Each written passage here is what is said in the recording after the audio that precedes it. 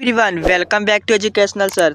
तो आज हम सभी डिस्कस करने जा रहे हैं कैंटिलीवर, जो कि फॉर नेगलेक्टेड मास के लिए हमारा केस नंबर 1 होगा। ठीक है, तो नेगलेक्टेड मास के लिए हमारा केस 1 हो गया। तो ये जो लेक्चर है हमारा लेक्चर नंबर 2 होगा। इसके पहले वीडियो हमें जाना था बेंडिंग ऑफ बीम के बारे में, ये लेक्चर 1 था। आज हमारा चैप्टर चल रहा है फ्लेक्चर ऑफ बीम। तो फर्स्ट ऑफ ऑल हम जानेंगे कि कैंटिलीवर आखिर होता क्या है और ये क्यों ज़रूरी है, इसका डेरिवेशन। चलिए सारा चीज़ देखते हैं। तो कैंटिलीवर हमारा हो गया है a beam clamped horizontally at one end and loaded at other end is called cantilever. यानी एक बीम जो क्लैम्प्ड हॉरिजॉन्टली रहेगा कुछ इस तरह से, क्लैम्प्ड यानी टंगा हुआ, एट वन एंड एक एंड से, एंड दूसरे एंड से क्या होगा, इसका जो मास होगा, ठीक है, इसे क्या बोलते हैं, लोडेड होगा, कुछ इस तरह से लोड हो जाएगा, तो इसे क्या बोलते हैं, कैंटिलीवर। तो हमारा फर्स्ट केस ये हमारा है first case. Expression for depression, depression यानी क्या, मैं भी समझाता हूँ। Depression at loaded end when weight of cantilever is neglected, यानी जो कैंटिलीवर का जो वेट होगा, ये क्या है, कैंटिलीवर ऑफ वेट, इसका क्या होगा, नेगलेक्ट होगा, यानी इसके मास को कंसिडर नहीं करना है।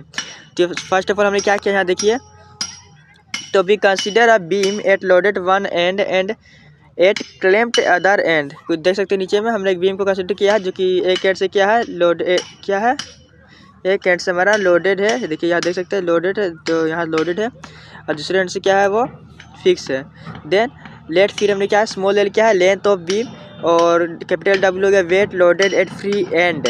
और जो हमारा डिफ्रेशन जो हमें फाइंड आउट करना है उसे हमने डेल्टा से किया। डेल्टा का डिफ्रेशन एक एंगल है बीम से। आप देख सकते हैं यहाँ पे, ये हमारा कैंटिलीवर है कुछ इस तरह से, यहाँ क्या है, ये हमारा कैंटिलीवर है, ठीक है। तो जो बीम का मास के अकॉर्डिंग वो तो नेगलेक्टेड है, तो इसके अकॉर्डिंग जो हमारा जो मास लगेगा पॉइंट पी पे, वो क्या है, यहाँ से कुछ देख सकते हैं, यहाँ से ये जो एंगल यहाँ से लेकर यहाँ तक क्या हुआ, बीम यहाँ से कुछ इस तरह से डिप्रेस हुआ है, angle by the angle of delta. देख सकते हैं, अब मैंने यहाँ पे इस फिर से एक बनाया डायग्राम, यहाँ पे देख सकते हैं आप, यहाँ से तो ये क्या वाई यहाँ से हो गया हमारा क्या, ये जो पॉइंट है यहाँ से यहाँ तक ऊपर देख रहे हैं, तो हमारा क्या हो गया, ये डेल्टा हो गया। तो सारा पॉइंट को हम यहाँ देखिए लिख दे रहे हैं। ये जो बीम जो हमारा कुछ इस तरह से हुआ है, पहले हमारा क्या था, सीधा था, अब थोड़ा जो बेंट हुआ वो क्या, डब्ल्यू का रहा, तो हमने ये क्या लिखा है, डब्ल्यू नीचे हो गया कैपिटल डब्ल्यू। और जो बीम का लेंथ को हमने स्मॉल एल माना था, स्मॉल एल। तो आइए से जो डिस्टेंस है जहाँ से ये वाई में थोड़ा सा हुआ है, वाई मतलब क्या है, देखिए देख सकते हैं आप, जो बीम थोड़ा सा क्या हुआ है, बेंट हुआ है, ये हो गया डिस्टेंस वाई। तो हमने इसे डिस्टेंस वाई लिया है।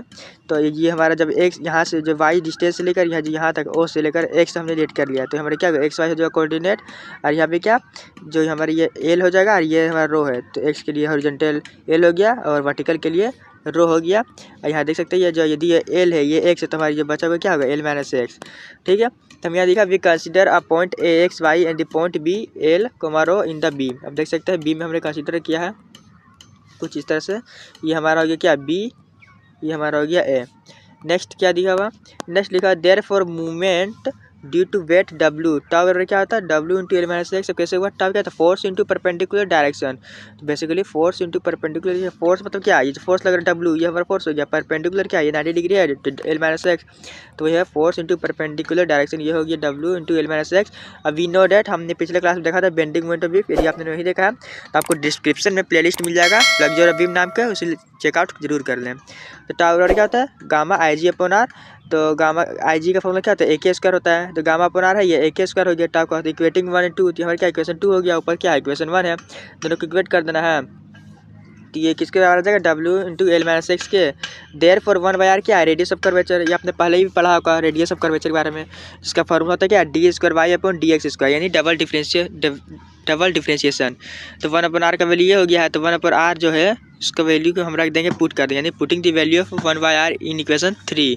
ऊपर जो इक्वेशन 3 है इसमें हमने पुट कर दिया 1/r का वैल्यू। तो पुट करने के बाद आप देख सकते हैं यहाँ पे 1/r की जगह हमने ये रख दिया है, ये हो गया क्या, इक्वेशन 4। अब बोलेंगे now integrate equation 4 with respect to X on both side, यानी बोथ साइड इसको क्या करना है, इंटीग्रेट करना है। तो जो कांस्टेंट टर्म है तो वो बाहर रहेगा, ये जो होगा इसे क्या इंटीग्रेट करना है बेसिकली।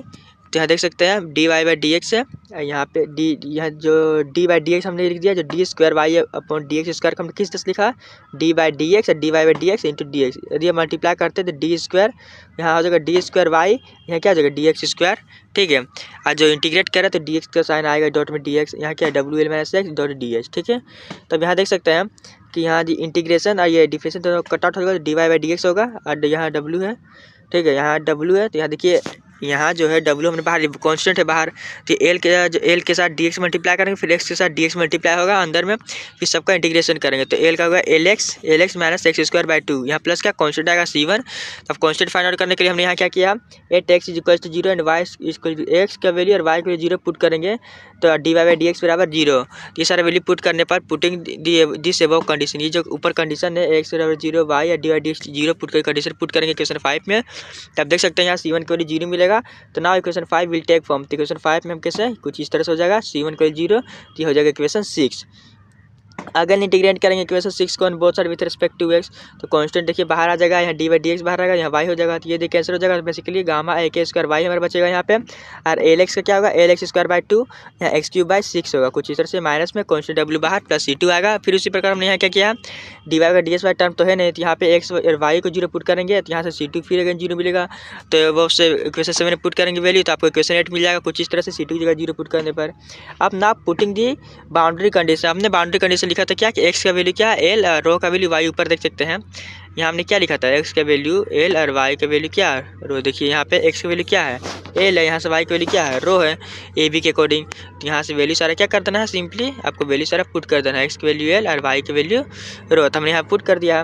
तो गामा ए के स्क्वायर है, यहाँ क्या था, यहाँ वाई था, तो वाई की जगह क्या पुट करना है रो, ये क्या है डेल्टा हो गया, क्या डिप्रेशन, यहाँ W है एल क्यू अपन 2, यहाँ x की जगह में क्या कहना है एल क्यू अपन 6। और देखिए इसे कैलकुलेट कीजिएगा तो यहाँ क्या आएगा 12 क्यू अपन 6, यहाँ कैंसिल होगा तो एल क्यू अपन 3 हो गया बेसिकली। यहाँ कैपिटल W है, यहाँ गामा ए के स्क्वायर क्या है हमारा डेल्टा यानी डिप्रेशन एंगल है, तो गामा की वैल्यू आपको फाइंड आउट करना था बेसिकली यही डेल्टा की वैल्यू। तो यहाँ से आपको क्या 2 L Q W L Q है, W L क्यूब यहाँ क्या है 3 गामा ए के स्क्वायर, तो ये क्या है this is the required expression for depression, यही हमारा डिप्रेशन फाइंड आउट करना था, यानी एंगल, यानी जो हमारा जो कैंटिलीवर है वो इस यहाँ से जो इस तरह से बेंट हुआ है, इसके जो बीच का जो एंगल हुआ है उसे ही फाइंड आउट करता है कितना बेंट हुआ है। तो यहाँ पे हमारा लेक्चर ये समाप्त होता है। तो वीडियो अच्छी लगी तो लाइक करें, शेयर करें अपने दोस्तों के पास, और चैनल में पहली बार आए हैं तो चैनल को सब्सक्राइब जरूर करें। तो मिलते हैं अगले नेक्स्ट वीडियो में इसके केस 2 के साथ, जहाँ पे हमने कैंटिलीवर को मास को नेगलेक्ट नहीं करेंगे, जबकि इसके मास को कंसिडर करेंगे। So thanks for watching this video.